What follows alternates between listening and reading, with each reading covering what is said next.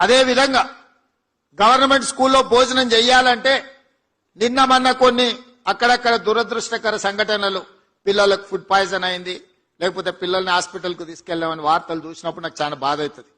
ఎందుకంటే నేను diet charges పెంచిన, కాస్మెటిక్ ఛార్జెస్ పెంచిన, ఇవాళ ఎవరైనా ఎంత ఆగర్భ శ్రీమంతుడైనా తినే సన్న బియ్యం ఇవాళ పేదోళ్ళకి ఇచ్చిన పాఠశాలల పిల్లలకు పెట్టమని నేను చెప్పిన.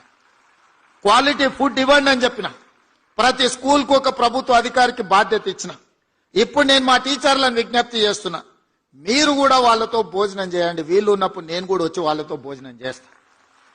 ఎప్పుడైతే టీచర్లం అంటే ఒక కుటుంబ పెద్ద, ఒక తల్లిగానో ఒక తండ్రిగానో తల్లిదండ్రులు మన మీద విశ్వాసం పెట్టుకొని రాత్రి సమయంలో పిల్లలు తల్లిదండ్రుల దగ్గర ఉంటే దినం మొత్తం మన దగ్గరనే ఉంటారు, టీచర్ల దగ్గరనే ఉంటారు. 50% పేద పిల్లల బాధ్యత మా టీచర్ల దగ్గరనే ఉన్నది.